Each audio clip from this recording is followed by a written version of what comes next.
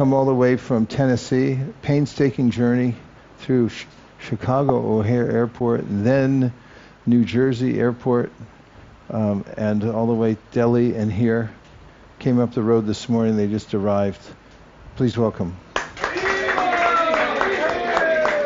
They have they've developed a community in Tennessee, and their daughter Navya, maintain their daughter Navya, and also they have very busy lives professionally as doctors, and taking the time come all the way here to the Dham. Thank you very much. Hare Krishna. Come on, work with me, people. And then we have Yogadish Prabhu wearing the red shirt there, quite noticeable there in the audience with the very handsome smile. And he's come all the way from ISV. He's one of the, I was going to say rising star, but he already rose. Who's mature beyond his years, taken on many leadership roles at ISKCON of Silicon Valley and beyond, including Japa Jolt and the Shastra Jam, and he's definitely got a portfolio, and very steady, very serious. Thank you for coming all the way over to the Dham. It's really good to have you here. Hare Krishna.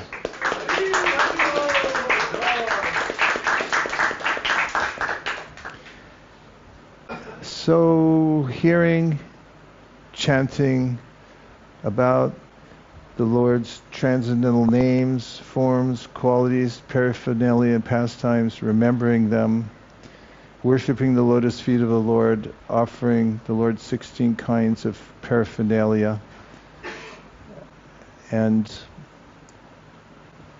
worshipping the lotus feet of the Lord,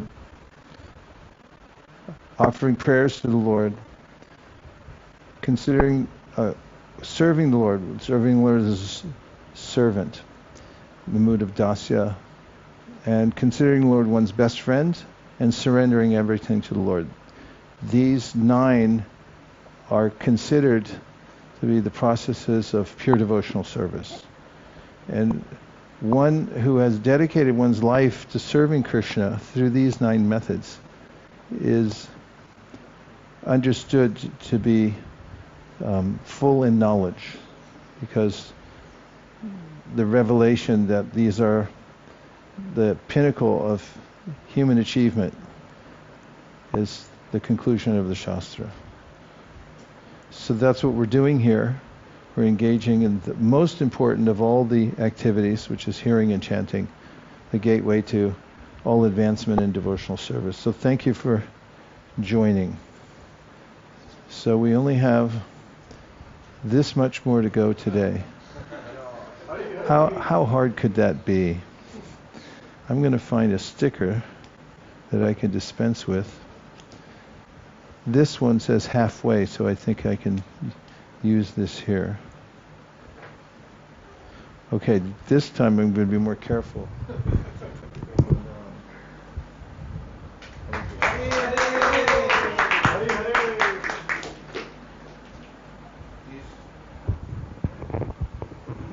Vrindavan Vilasini is a great artist. She makes these garlands at least once a day. They're beautiful, fragrant, and they're uplifting. Thank you very much, Vrindavan Vilasini. Hare Krishna. Hare Hare. Just to compare.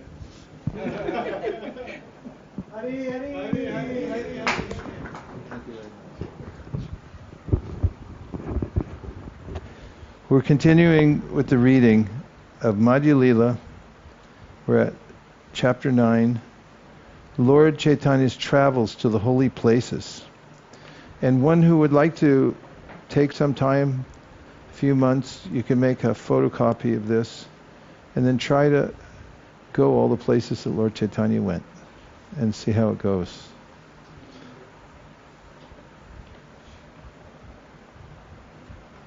The Brahmana continued, actually I see only Lord Kṛṣṇa sitting on a chariot as Arjuna's charioteer. Taking the reins in his hands, he appears very beautiful and blackish.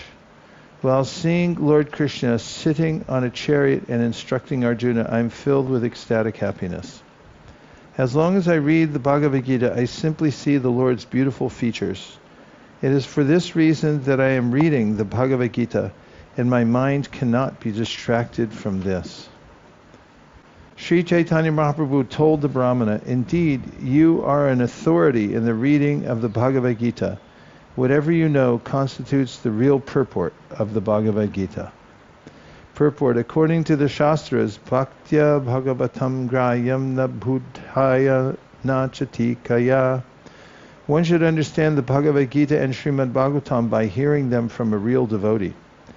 One cannot understand them simply by erudite scholarship or sharp intelligence. It is also said, Gītā dita chayinapi bhakti bhavena cetasa veda shastra puranani tena ditani sarvashaha. To one who reads the Bhagavad Gītā with faith and devotion, the essence of Vedic knowledge is revealed. And according to the Shvetashvatara Upanishad, Yastedevi para bhaktir yata teve tatagorau tasaite katita hyarta prakashanti mahatmanaha. Only unto those great souls who have implicit faith in both the Lord and the spiritual master are all the imports of Vedic knowledge automatically revealed. All Vedic literatures are to be understood with faith and devotion, not by mundane scholarship. We have therefore presented Bhagavad Gītā as it is. There are many so-called scholars and philosophers who read the Bhagavad Gītā in a scholarly way.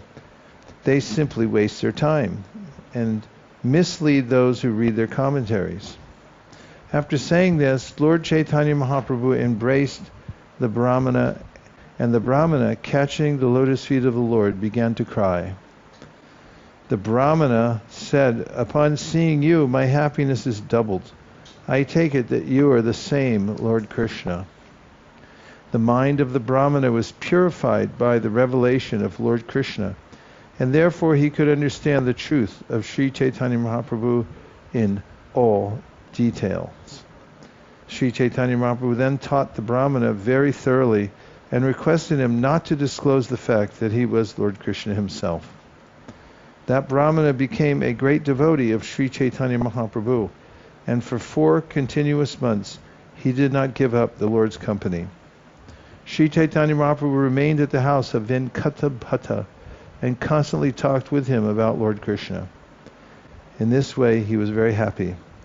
Being a Vaishnava in the Ramanuja Sampradaya, Venkata Bhatta worshipped the deities of Lakshmi and Narayan. Seeing his pure devotion, Sri Caitanya Mahaprabhu was very satisfied.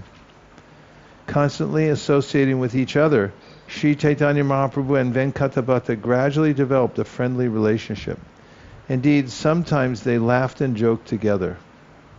Sri Caitanya Mahaprabhu told the Bhattacharya, your worshipable goddess of fortune, Lakshmi, always remains on the chest of Narayan, and she is certainly the most chaste woman in the creation. However, my Lord is Lord Sri Kṛṣṇa, a cowherd boy who is engaged in tending cows. Why is it that Lakshmi, being such a chaste wife, wants to associate with my Lord? Just to associate with Kṛṣṇa, Lakshmi abandoned all transcendental happiness in Vaikuntha for a long time, accepted vows and regulative principles, and performed unlimited austerities.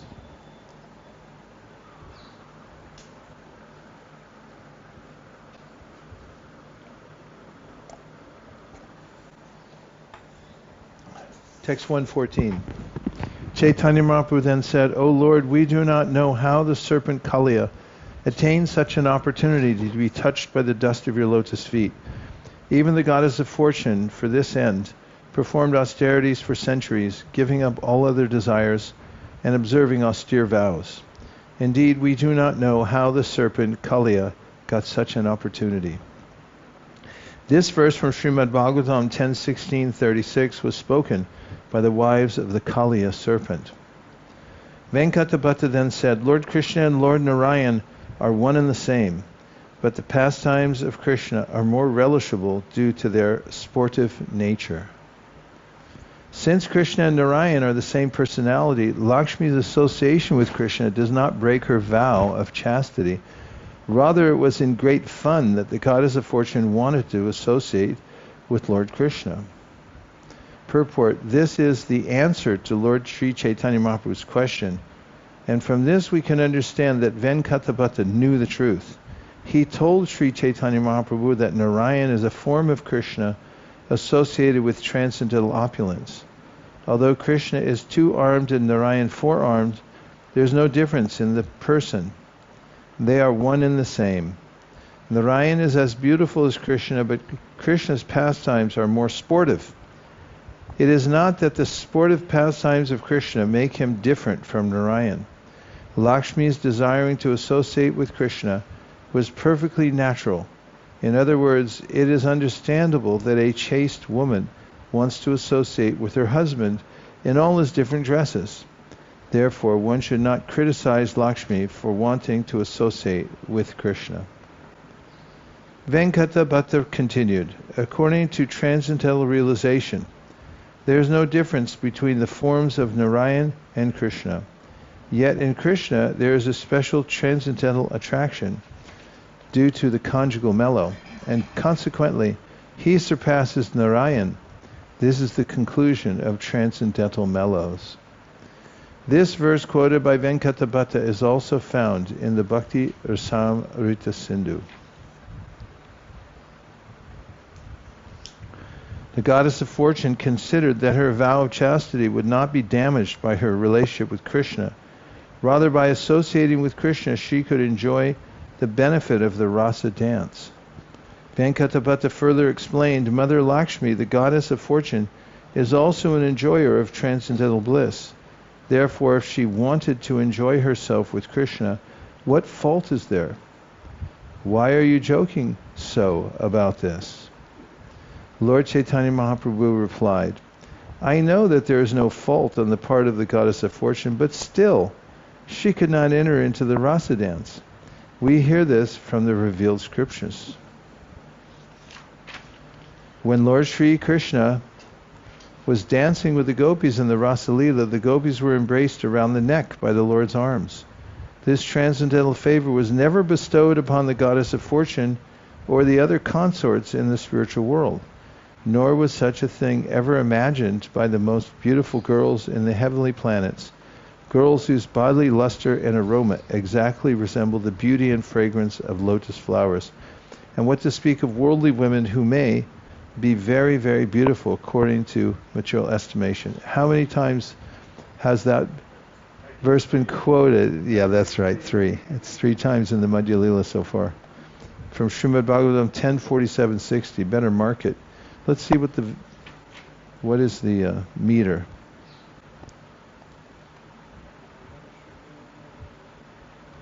Nayam Shriyunga Hitanda Rate Prasada Swaryoshitam Nalina Ganda Rucham Kutonya Rasotsave Sabuja Danda Grihita Kanta Labdha Shisham Yad Udagad Vrajasundarina. Amrita, mark it. What? It's what? Vasanta. Vasanta. Put that it's Vasanta meter. Lakshmi Keni na paila ihara hi karana tapakari kaiche Krishna paila shuti gana. But can you tell me why the goddess of fortune Lakshmi could not enter the rasa dance? The authorities of Vedic knowledge could enter the dance and associate with Krishna. Great sages conquer the mind and senses by practicing the mystic yoga system and controlling the breath, thus engaging in mystic yoga. They see the supersoul within their hearts and ultimately enter into impersonal Brahman. But even the enemies of the Supreme Personality of Godhead attain that position simply by thinking of the Supreme Lord. However, the damsels of Vraja, The gopis, being attracted by the beauty of Krishna, simply wanted to embrace him and his arms, which are like serpents. Thus, the gopis ultimately tasted the nectar of the lotus feet of the Lord. Similarly, we Upanishads can also taste the nectar of his lotus feet by following in the footsteps of the gopis. This verse is from Srimad Bhagavatam 1087:23. And this is quoted, this is the second time it's quoted. And it's in the meter of Nibrita Marumanasha.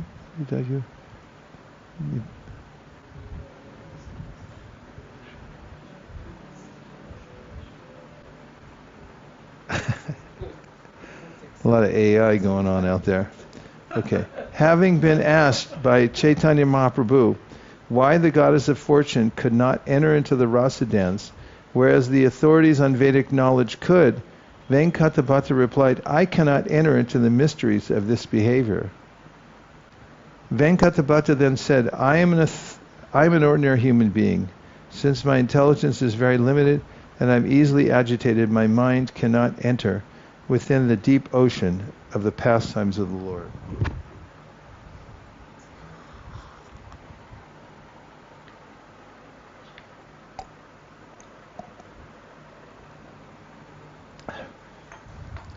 You are the Supreme Personality of Godhead, Krishna himself. You know the purpose of your activities, and the person whom you enlighten can also understand your pastimes. Purport. The Supreme Personality of Godhead, Krishna, and his pastimes cannot be understood by blunt material senses. One has to purify the senses by rendering transcendental loving service unto the Lord.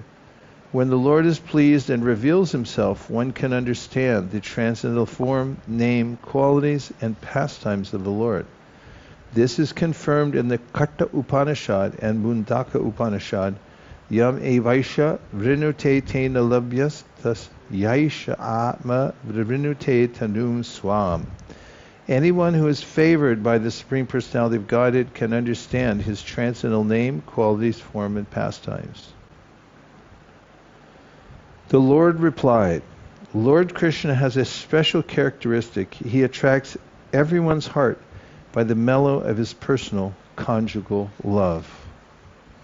By following in the footsteps of the inhabitants of the planet known as Rajaloka or Goloka Vrindavan, one can attain the shelter of the lotus feet of Sri Krishna. However, in that planet, the inhabitants do not know that Lord Kṛṣṇa is the Supreme Personality of Godhead. There, someone may accept him as a son and sometimes bind him to a grinding mortar. Someone else may accept him as an intimate friend and, attaining victory over him, playfully mount his shoulders. The inhabitants of Rajabhumi know Krishna as the son of Maharaj Nanda, the king of Rajabhumi, and they consider that they can have no relationship with the Lord in the rasa of opulence. One who worships the Lord by following in the footsteps of the inhabitants of Rajabhumi attains him in the transcendental planet of Raja, where he is known as the son of Maharaj Nanda. Purport. The inhabitants of Rajabhumi or Goloka Vrindavan know Krishna as the son of Maharaj Nanda. They do not accept him as the Supreme Personality of Godhead, as people in general do. The Lord is the supreme maintainer of everyone and the chief personality among all personalities. In Vrajabhumi, Krishna is certainly the central point of love, but no one knows him there as the Supreme Personality of Godhead. Rather, a person may know him as a friend, son, lover, or master. In any case, the center is Krishna. The inhabitants of Rajabhumi are related to the Lord in servitude, friendship, parental love, and conjugal love. A person engaged in devotional service may accept any one of these transcendental relationships, which are known as mellows. When such a person reaches the perfectional stage, he returns home, back to Krishna, in his pure spiritual identity. I'll repeat the last sentence. 2 sentences. The inhabitants of Vrajabhumi are related to the Lord in servitude, friendship, parental love, and conjugal love. A person engaged in devotional service may accept any one of these transcendental relationships, which are known as mellows. When such a person reaches the perfectional stage, he returns home back to Krishna in his pure spiritual identity.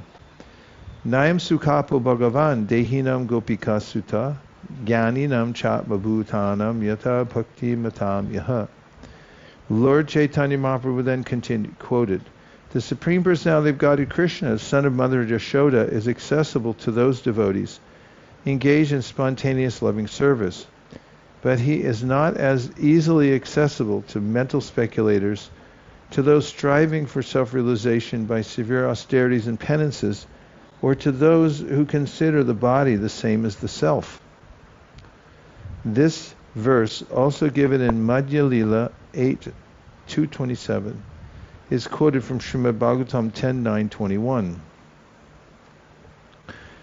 The authorities, that one, Nayam Sukapa Bhagavan, chapter 9, 10th canto, 9th, Nayam Sukapa Bhagavan. Yeah, that one is in, What?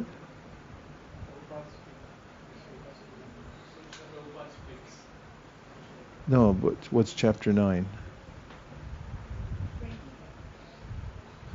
Pardon me?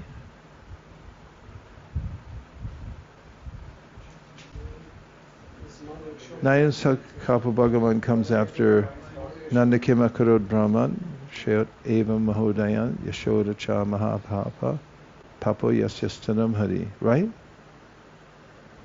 What's the name of the chapter? Mother Yashoda binds Krishna. Gracias.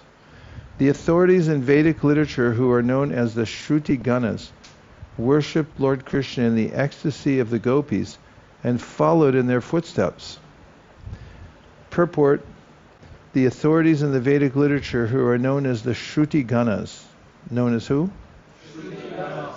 Desired to enter into Lord Sri Krishna's rasa dance. Therefore, they began to worship the Lord in the ecstasy of the gopis. In the beginning, however, they were unsuccessful. When they could not enter the dance simply by thinking of Krishna in the ecstasy of the gopis, they actually accepted bodies like those of the gopis. They even took birth in Vrajabhumi, just like the gopis, and consequently became engrossed in the ecstasy of the gopis' love. In this way, they were allowed to enter into the Rasa Lila dance of the Lord. There you have it. The personified authorities on the Vedic hymns acquired bodies like those of the gopis and took birth in Brajabhumi. In those bodies, they were allowed to enter into the Lord's Rasa Lila dance. Lord Krishna belongs to the cowherd community, and the gopis are the dearmost lovers of Krishna. Although the wives of the denizens of the heavenly planets are most opulent within the material world, neither they nor the other women in the material universe can acquire Krishna's association. The goddess of fortune Lakshmi wanted to enjoy Krishna and at the same time retain her spiritual body in the form of Lakshmi. However, she did not follow in the footsteps of the gopis in her worship of Krishna. Vyasadeva, the supreme authority on Vedic literature, composed the verse beginning Nayam Sukapa Bhagavan because no one can enter into the Rasa Lila dance in any body other than that of a gopi. Purport: this verse confirms a verse in the Bhagavad Gītā 9:25. Yanti deva vrata devan pitran yanti pratirvata bhutani yanti bhuteja yanti mam yajinopi mam. Lord Krishna said, those who worship the demigods will take birth among the demigods. Those who worship the ancestors go to the ancestors, and those who worship ghosts and spirits will take birth among such beings. And those who worship me will live with me. In the material world, every conditioned soul changes his material body again and again. But when the spirit soul is purified of all material coverings, there is no longer a chance of his accepting a material body. Such a soul then remains in his original spiritual identity, a state that is possible to achieve only by understanding Krishna in truth through the practice of Krishna consciousness. As Krishna says in the Bhagavad Gītā 4:9, Janma karma tame divyam evam yo tatvata tekva teham punarjanma naitima. According to this morning's Srimad Bhagavatam class, who used to quote this frequently? The answer is A, Gaur Govinda Maharaj, correct. One who knows the transcendental nature of my appearance and activities does not, upon leaving the body, take his birth again in this material world, but attains my eternal abode, O Arjuna. Only when one regains his original spiritual body can he enter into the spiritual kingdom. As far as the Rasa Lila pastimes of the Lord are concerned, it is futile for one who is within the material world to attempt to imitate the Lord's dances. One has to attain a spiritual body like that of a gopi to enter into the pastimes of the Rasa Lila. In the Nayam Sukapo verse, the devotees are referred to as bhakti mat, that is, fully engaged in devotional service and devoid of material contamination. Nayam Sukapo Bhagavan Dehinam Gopika Sutta Jnaninam Chatma Bhutanam Yata Bhakti Matam Iha. Bhakti Mat. One cannot enter into Krishna's Rasa Lila dance simply by artificially imitating it or artificially thinking oneself a Sakhi and dressing up like one. Krishna's Rasa Lila dance is completely spiritual. It has nothing to do with material contamination. Therefore, no one can enter into this pastime by artificial material means. That is the instruction of the Nayam Sukapo verse, and it must be strictly understood. 138. Before this explanation was given by Sri Caitanya Mahaprabhu, Venkatabhata thought that Sri Narayan was the Supreme Personality of Godhead. Thinking in this way, Venkatabhata believed that worship of Narayan was the supreme form of worship, superior to all other processes of devotional service, for it was followed by the Sri Vaishnava disciples of Ramanujacharya. Sri Caitanya Mahaprabhu had understood this misconception of Venkatabhat's, and to correct it, the Lord talked so much in a joking way.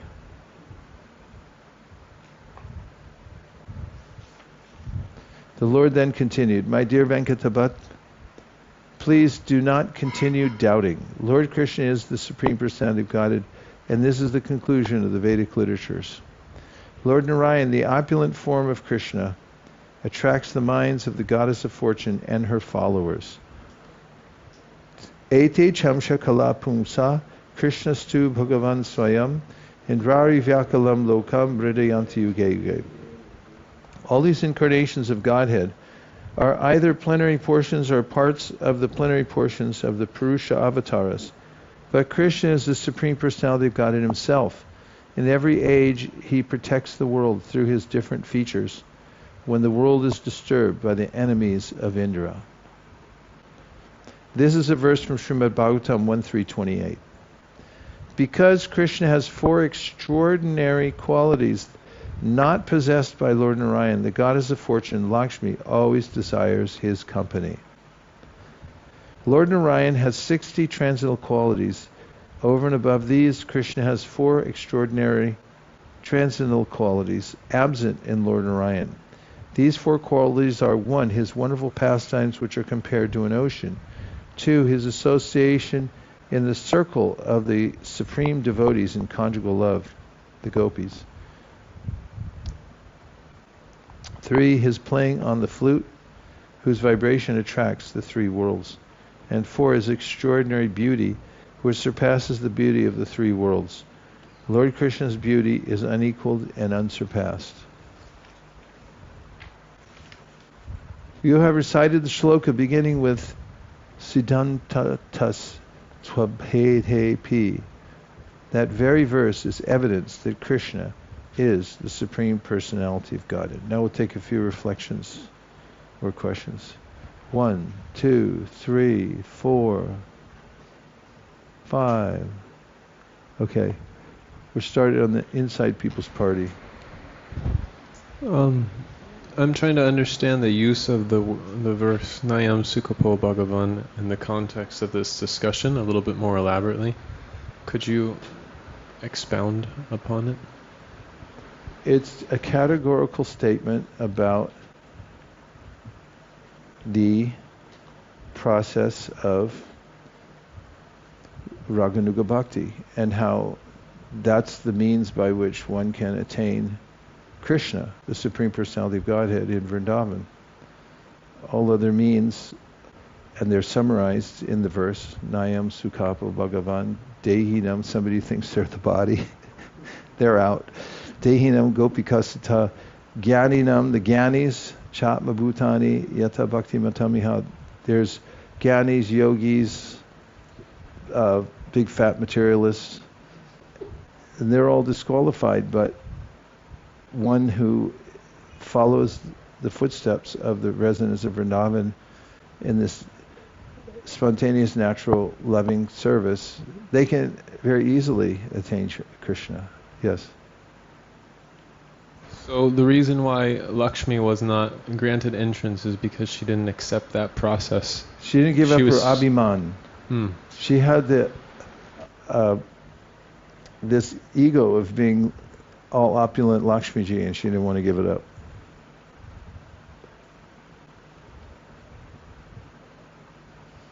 That's it. Okay. Yes, Mukaravind, and then we're going... yes, I'm sorry, Mahendra. Just appreciating the exchanges of Mahaprabhu and Venkatabhata. They developed this friendship, and Mahaprabhu wanted to correct him, but in a joking way. And the humility of Venkatabhata also, how when Mahaprabhu said, why, he asked him, why is this happening? Tell me why she wasn't allowed. And he said, I'm just a jiva. My intelligence is limited, and then I'm easily agitated. How can I penetrate the deep ocean of the pastimes? So such a humility is very nice. We can never pretend that we know anything. Even Brahma says, others may say they know. As far as myself, I don't know about Krishna's pastimes. Yeah, it's very nice that it's emphasized there that they were friendly. They became friendly and even joked together. And that Mahaprabhu, when he brought up the topic, which can be very sensitive because those dedicated to Vaikuntha and Lord Narayan's the Supreme can feel displaced by this idea that Krishna is the Supreme Personality of Godhead. So Mahaprabhu joked with him. Different approaches to different people. With Sarvabhauma Bhattacharya, he remained silent, and then he came on strong with his intellect. He blew his mind. And then jokingly won the heart of Venkatabhata, and then brought up this irrefutable point that then Venkatabhata, he asked him a question that he couldn't answer, and then he answered it for him, and that's what changed him. There's a follow-up, right? Okay. Also, Mahaprabhu took quite a bit of time spending time with Venkatabhata before he actually brought it up. Yeah. Months, yeah. That's right. First he became friends. Mukharavind. Maharaj, one thing I'm noticing that I got a little confused that in the current purport that when the inhabitants of Rajbhumi are told they start from the servitude onwards. They what? They don't. In the current purport in the 131, Prabhupada didn't included the Santarasa. He started from the servitude and then parental and the friendship and the conjugal. And then yesterday's discussion when we had the Ramananda Samvad, and in the last when there is a summary given by Bhaktivinoda Thakur, and he gives the first 5 with these metals, copper, bell, silver, gold and touchstone. So first he told that okay, there are 5, first 5 they they discuss, and only when the Jnane Prayas, then he accepted. And then that was the first 5. And then he told the next 5, he says that it starts from he gives the example of Yamuna river in the bank and everything, and then he takes again to the conjugal.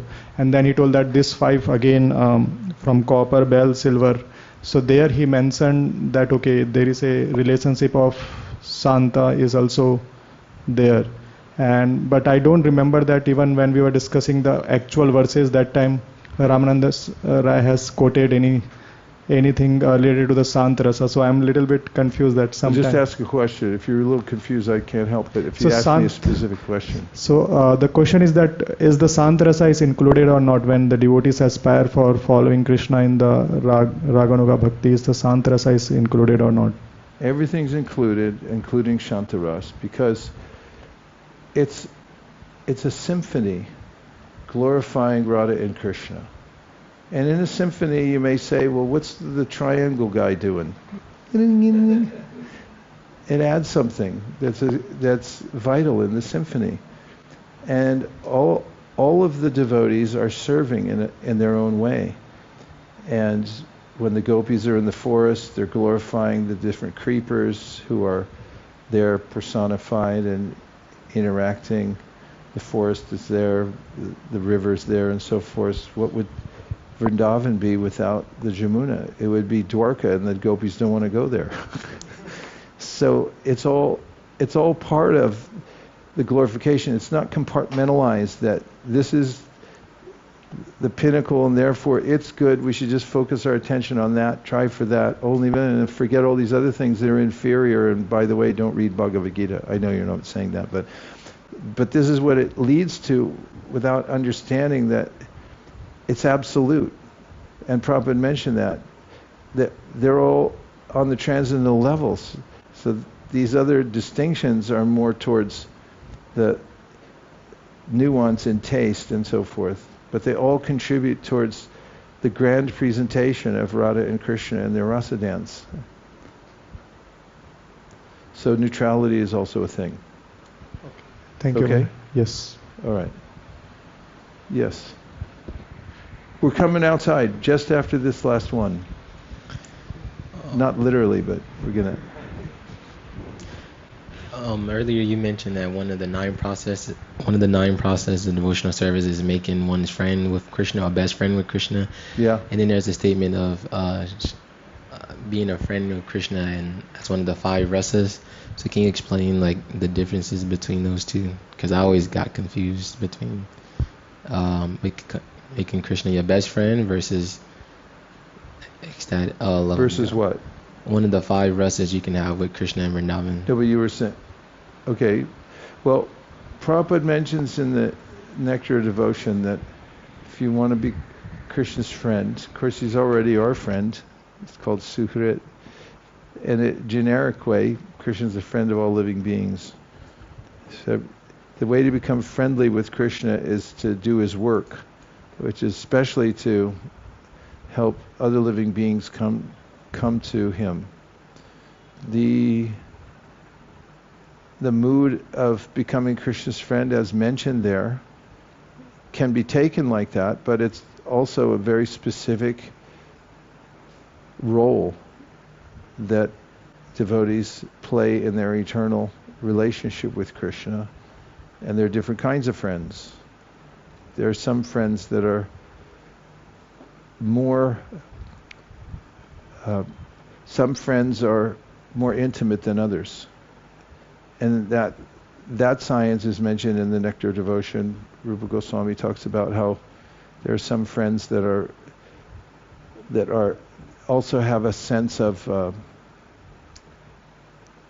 paternal relationship because they're sort of guardians over Krishna. There's other ones that are absolutely equal to him, and there are some that are not as much. So I suppose you could say that, on a generic level, becoming a friend of Krishna is the consideration that Krishna gives in the verse in the Bhagavad Gītā where he says, Bhoktaram yakatapasam sarvaloka maheshwaram Suridam sarva dehinam gyatvam shantam richati.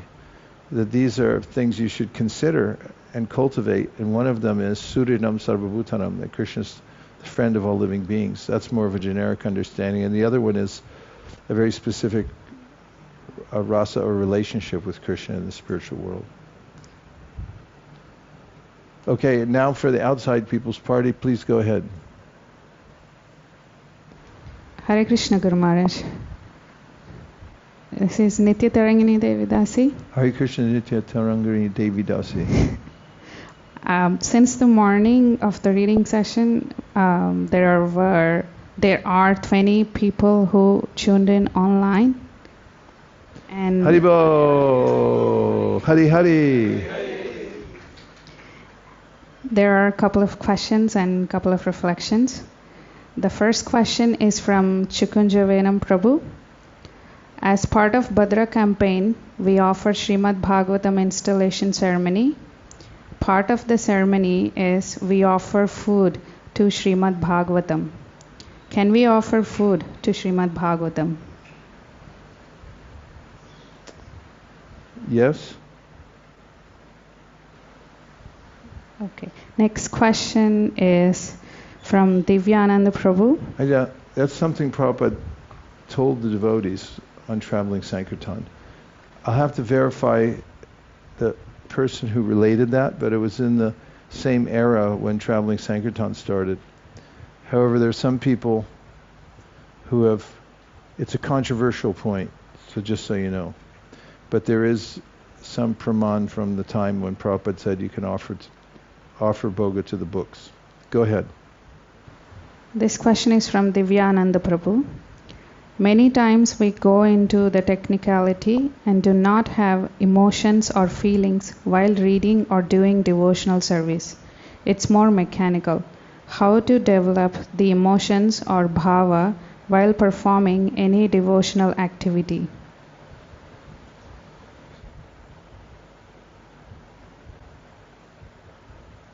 Well, even when we're performing something dutifully, there's an emotion, which is, I'm doing this for Krishna. Because why else would you do it?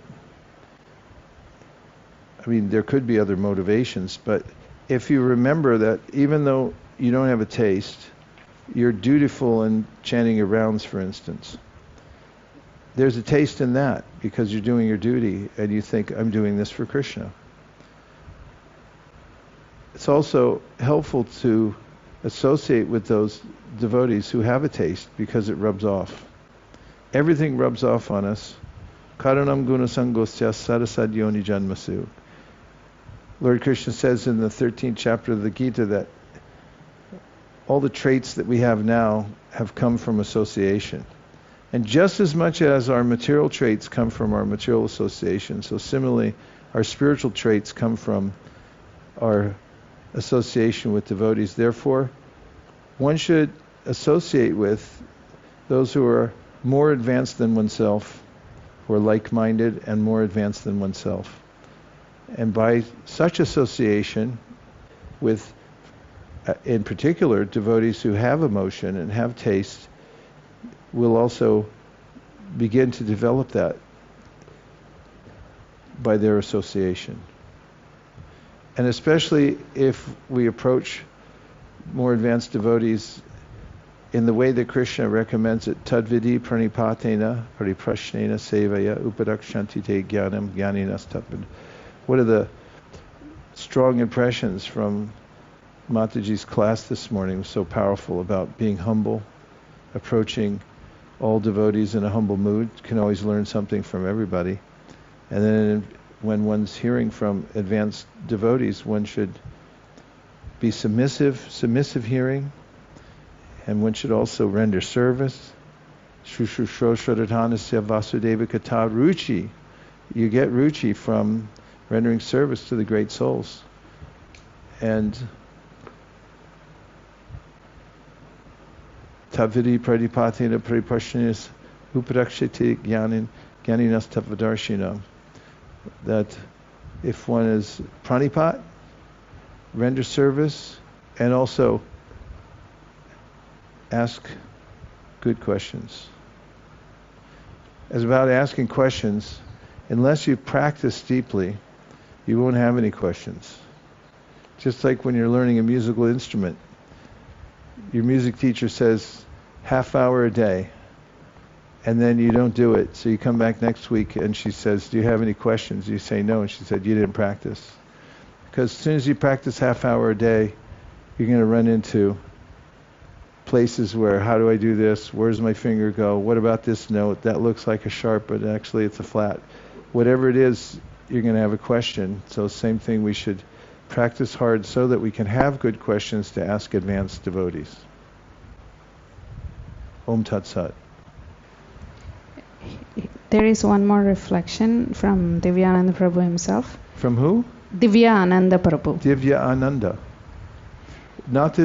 We're not confusing with Divyanga. We're calling Divya Ananda, who is here.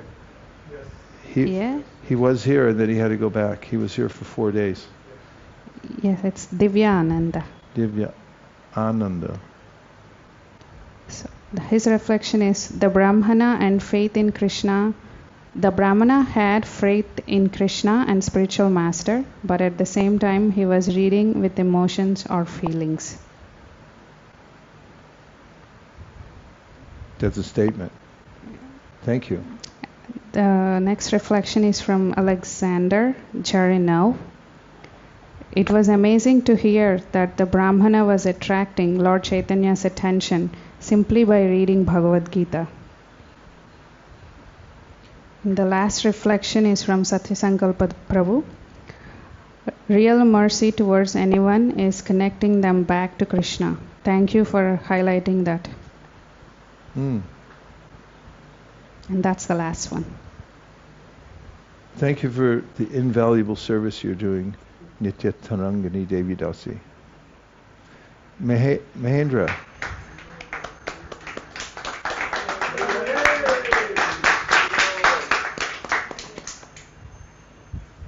One sentence, Nectar of Instruction, purport of text 8, Prabhupada quoting Srila Bhaktisiddhanta Saraswati.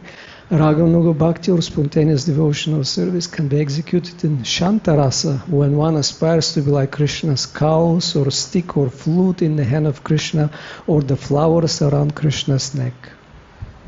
Haribo. It's good to have a Pandit in the group. Yogirish. Hare Krishna. The discussion Chaitanya Mahaprabhu and Venkata Bhatta had was partially in relation to Lakshmi Devi and her position in relation to the gopis. That reminded me of a verse from the 4th canto from Prithu Maharaj's prayers. I can read the translation. My dear Lord of the universe, the goddess of fortune Lakshmi is the mother of the universe, and yet I think that she may be angry with me because of my intruding upon her service and acting on that very platform to which she is so much attached.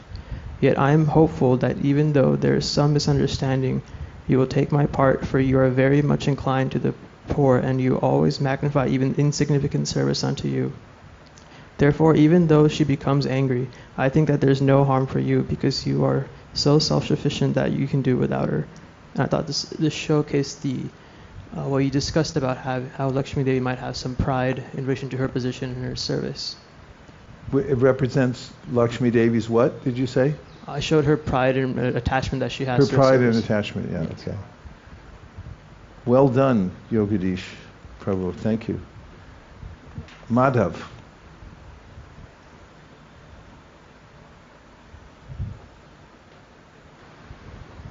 I had a question from Bhagavad Gītā 9:25. 9:25. Like, the way it was in text, I think 137. That those who worship the ancestors go to the ancestors. Like, what does that mean? Because, like, is there a planet where all the ancestors live or something? Does that sound scary? What are you doing here? Yeah. Pitri Loka. So there are these very subtle karmic connections. That's why the material world it's a very sticky place.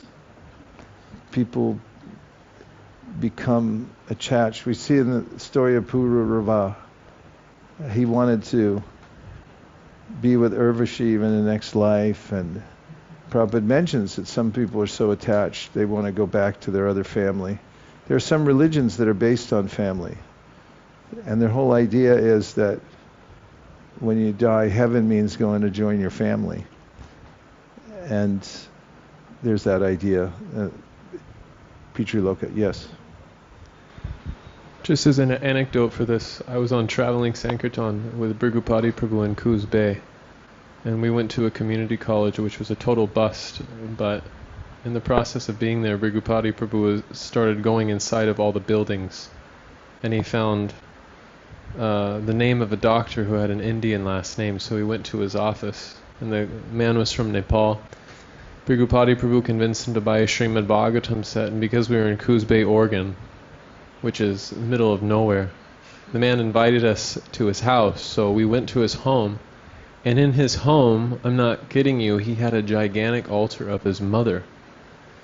And Brigupati Prabhu was trying to preach to him, but the man was so set that no, when I leave my body, I'm going to go back and I'm going to be the son of my mother again in the next life, because she's the greatest mother, and in every life I will be her son.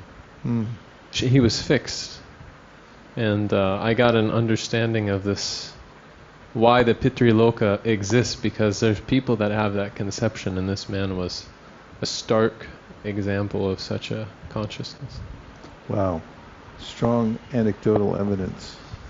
So yes, there are realms wherein one may continue pursuing one's material attachments for one's previous karmic relatives. Like, how long do they stay there? Like it's like it really depends on whether you take a Sankirtan party there or not. I mean, a lot of the Vedic rituals are based on freeing people from that, because the sun is called Putra. Put means hell, and Tra means to deliver. So after somebody wants to have a son, because they know when they leave this world they can get entangled in the material world in various places, so they want their son to perform some ceremony, the Shraddha ceremony and so forth, to help support them when they get more entangled in the subtleties of the material world. And people remain in the material world as long as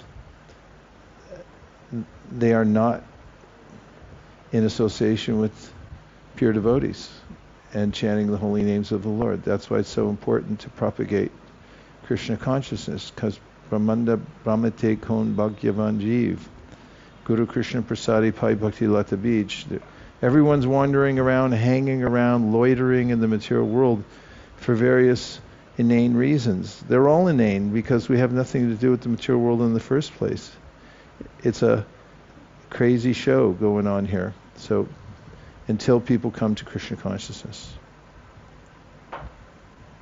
Yes, last one from the outside people's party. Guru Maharaj, in the verse 128 here, the translation is, by following in the footsteps of the inhabitants of the planet known as Rajaloka or Goloka Vrindavana. When they say the planet, do they mean the Vraj here, like in earth, or? Goloka Vrindavan is the topmost planet in the spiritual world. Goloka namni nijadamni taleta tasya devi mahesha haridama suteshu teshu te te prabhavan jaya vihitas jayena govindamadi purusham tamhamajami. And the Boma Vrindavan, the earthly Vrindavan, is an exact replica of Goloka Vrindavan. When Gopakumar leaves Vrindavan, Boma Vrindavan on the earth, and goes to Goloka Vrindavan, he can't tell the difference. He looks and sees same, but different. And so this is like an embassy, this Boma Vrindavan, and then there's the Goloka Vrindavan. There are some differences. As far as our acharyas go, they like Boma Vrindavan more. Because in earthly Vrindavan, Krishna actually does take birth from Yashoda. And they see him as, it's sweeter because it's closer to the, for lack of a better phrase, human experience. There's less sense of godhood in Krishna. He's really the son of Yashoda and Nanda. And then there's other pastimes here that aren't in Goloka Vrindavan in the spiritual world, including Krishna killing the demons. So yes, it's the same, but different. So this means that they are referring to the spiritual Goloka Vrindavan. In which verse? In verse 128. 138. 128, Maharaj. 128. Yeah. Let's have a look-see. 128. Vrajalokera bhave bhai thahar charan thare ishar khare nahi jani vraj jano. By following in the footsteps of the inhabitants of the planet known as Vrajaloka or Goloka Vrindavan, one can attain the shelter of the lotus feet of Krishna. However, in that planet, the inhabitants do not know that Krishna is the Supreme Personality of Godhead. It could be either, because they're interchangeable. As you'll find in the Brahma Samhita, the emphasis on the fact that they're the same place, with just slight difference. So, in context, whether one's following in the footsteps of those inhabitants that were here when Krishna was performing his pastimes in Boma Vrindavan, or those in Goloka Vrindavan, the effect is the same. Thank you, Maharaj. But in Bhagavatam we read the gopis are offering prayers to the Lord, right? Like, yes, thinking that he is the Supreme Personality of Godhead. Where's that? The gopis are offering prayers to Krishna. Where's that? In the 10th canto. In one of those songs. Well, it's not that even Yashoda or others, they may see something that looks very godly, like Krishna defeating a demon or lifting a hill. How's that? He lifts up a mountain on his little finger for 7 days, and everyone's like, yeah, how do you do that? In fact, they have all the cowherd men get together afterwards and they say, like, I think something's up here. And so Krishna is the Supreme Personality of Godhead, but his opulence is suppressed in Goloka Vrindavan. Sometimes it comes out, but because of the power of the natural love of the inhabitants of the devotees in Vrindavan, then it's suppressed again. Case in point, Yashoda chastises Krishna for eating dirt. Krishna says, I didn't do it. Yashoda says, but your friends all said they're lying. Balaram said, he's lying too. They're working together. He said, open your mouth. We're going to have a look. She looks inside and sees his godly nature, that all of creation is there within his mouth. And then that dissipates very quickly because of the power of her motherly love. And she says, okay, all right. Anyway, just go play, but don't eat dirt, okay? Thank you, bye. And that comes and goes very quickly. So sometimes you'll hear in the prayers of devotees, they'll say something about Krishna's godhood, but it's overwhelmed by their natural, spontaneous love, where they don't see his godhood. Even Arjuna, battlefield of Kurukshetra, he was just, he has that revelation in the 11th chapter where he says, oh my God, you are God, right?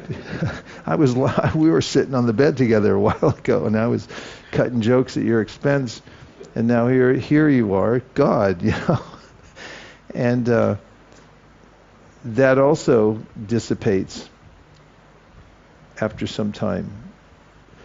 although their relationship's very different from the residents of Vrindavan. It's a different kind of friendship he has. It's the city friendship. So instead of like the sweet village kind of friendship that he has with his other friends. Thank you, Maharaj. Okay, you have a follow-up, or are you done? Yeah, I was going to ask, so do they know that if he is the Supreme Personality of Godhead or no? Sometimes they know, but then they forget. Okay. Thank you, Maharaj. Yogamaya. Krishna doesn't want him to remember. In fact, case in point, Vasudeva, when Krishna killed Kamsa, he was really trying to, in front of Vasudeva and Devaki, he was really trying to downplay the whole thing, because he didn't want them to come out of their parental affection for him. They're not as steeped in parental affection as Nanda and Yashoda are. But then, when they went to Kurukshetra for the eclipse, and the sages came, they kind of blew it for Vasudeva, because they started offering all these prayers like, you are the Supreme Personality of Godhead. And Vasudeva was listening after he came up to Krishna, and Krishna's like, darn it. And he then Krishna, it's mentioned there, the acharyas say that Krishna was, he had been trying to hold that back. But then, so that's case in point that there's this tension, a yogamaya, and it can come in that Krishna is the Supreme Personality of Godhead, but then because of the natural relationship that one has, that they go back to that natural relationship rather than seeing him as God because of some event or prayer. Devrata? We've been quoting this verse, Shuddha Sattva Visheshatmam Prema Suryam Susamyabhak. And I'm just thinking that as a sadhaka, we need to understand Krishna as the Supreme Personality of Godhead. That's why we study Bhagavad Gītā, we study Srimad Bhagavatam from Canto 1 to Canto 10. So I have a philosophical question in my mind.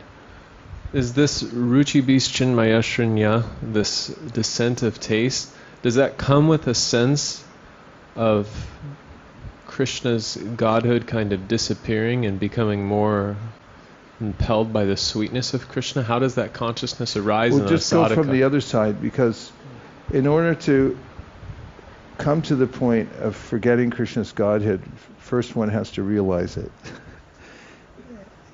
And it's not that the Shruti Ganas, as mentioned there, or any of the gopis, the millions and millions of gopis, one may say, they're just simple cowherd girls. But behind all that, actually, they're the greatest, most realized of all personalities. Sakam Vrajaru Krita Punya Punja. Nobody has more pious credits or spiritual advancement than they do, which includes knowing everything, including he's the Supreme Personality of God. So when one's steeped in Mahamaya, one has to rise above that and understand Krishna's godhood, then to come to the point of a relationship with him, in which one forgets it. Navina Prabhu, were you going to make a point? Okay. Anything else? Last two, and then... Oh, you have one too. Okay, that's all right. Go ahead. Just Raghunath Das Goswami gives a really nice example about the love of Vrijabasis. That's their prema, their especially sweet and intense prema, which washes away that feeling of own reverence, of understanding that he is God. It's just their intense prema. He said, like on the shore of the ocean of their prema, it just washes away this. But they otherwise they know and they have knowledge. But other example acharyas give is like boiling milk and a straw.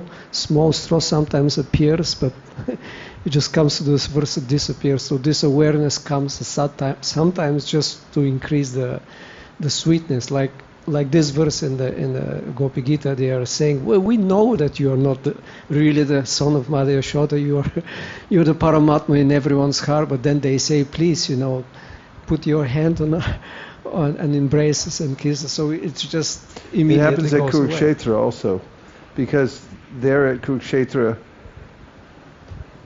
they're asking Krishna, the gopis, why is it that you didn't come back? And he said, it's Narayan's in charge of everything. It must be destiny because of Lord Narayan. And the gopis going, let's get something straight here. You are Narayan. So underneath the surface, as you're saying, there's that awareness that isn't considered very much because it's washed away, as you were so nicely pointing out. Prabhu, and then last one here. Also, there is that pastime when Krishna showed his Narayana form to his parents, Vasudeva and Devaki, to let them know that I am Narayan that took birth. Even though Devaki saw the four-arm form of Krishna, she still said, okay, go back to the two-arm because Kamsa is going to come here soon, So that's another sign of that deep parental affection, for Krishna, She knows he showed he's God. His forearm form there, and then she said that, what if he sees you here, then he'll really know that you're God, and then say, become a baby again. It doesn't make logical sense, right? Yeah, because he's God.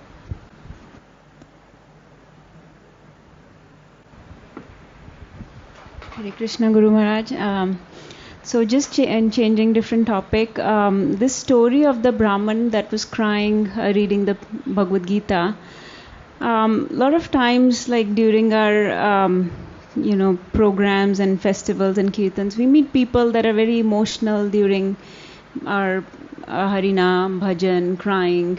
How does one differentiate these emotions? Sometimes they seem mundane. How do we know that they're coming from a position of spontaneous love for Lord versus false ego? Yeah, that comes up in the verse Evam vrata swapriya namakirtya jatan rago jitachitta uchar asatyito rotiti roti gayati and madhavam rititi lokabhaya, which is a verse that Srila Ishvara Puri gave to Caitanya Mahaprabhu when he took initiation, and it describes how when one has chants the holy name of the Lord, then one's vow to become a devotee becomes very strong, and then the heart melts, and one experiences emotions which the devotee may express externally in crying, hair standing on end, and so forth. And then in the commentary, the purport, there's a mention of how some devotees show external symptoms and others don't. But Madhvacharya then, in the same vein, as you're saying, how do we verify this? We want verification. Because someone may say, I was dancing with Krishna last night, prove me wrong. So he says there's two symptoms by which, he said there's only two symptoms by which one can judge the advancement of a devotee. One is their steadiness, and the other is mukhi prasada, which means their speech. Is their speech merciful? And also you could add, as we know from the Shastra, Shruti Smriti Paranadi Panchatriki Vidambina Aikantiki Harir Bhakti Rupatadhyaya Vikalpate. If people are engaged in devotional practices that don't follow the Shruti, the Smriti, Pancharatra, they may say, I'm so advanced, I'm crying, and so forth like that, but then they, like we had one brahmachari once, I swung by the temple and he was doing Mangalarti 2 hours late. And I said, what's going on? He said, it's spontaneous. That's not according to the Paditi. And so you have to verify by those types of things. Some people, especially Westerners, when they come, sometimes they do break out into tears because some kind of a dam breaks, they discover Krishna consciousness, you have to be a little careful and sort of coach them along.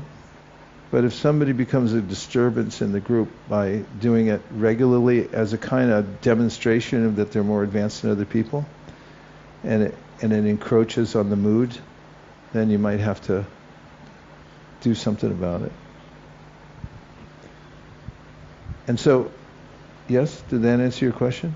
Yes, Guru Maharaj, thank you.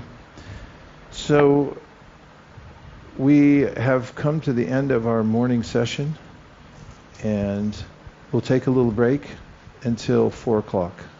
Dear Srila Prabhupada, dear Sri Caitanya Mahaprabhu, Sri Sri Panchatattva, Sri Sri Radha Madan Mohan, Sri Sri Gaura-Nitai, Sri Sri Krishna Balaram, Sri Sri Radhesham, if you so desire, please give us implicit faith in our Guru Varga and in your lotus feet, so we may realize the imports of all Vedic knowledge and distribute it to people all over the world. Thank you for considering our request. Om Tat Sat. Everyone agrees with this prayer in whole or in part. Please unmute and say Hare Krishna. Hare Krishna. Gaur Premanande. Nitai Gaura Hari Bo. Hari Bo. Hari Bo. Nitai Gaura Hari Bo. Nitai Gaura Hari Bo.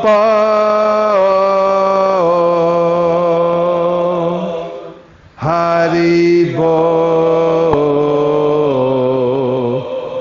Hari Bo. Nitai Gaura Hari Bo. Vanchakalpadrishcha kripasnabheva chapatitanam pavanibhyo vaishnavebhyo namo namaha. Hey Kachakaprati, you should have been an opera singer.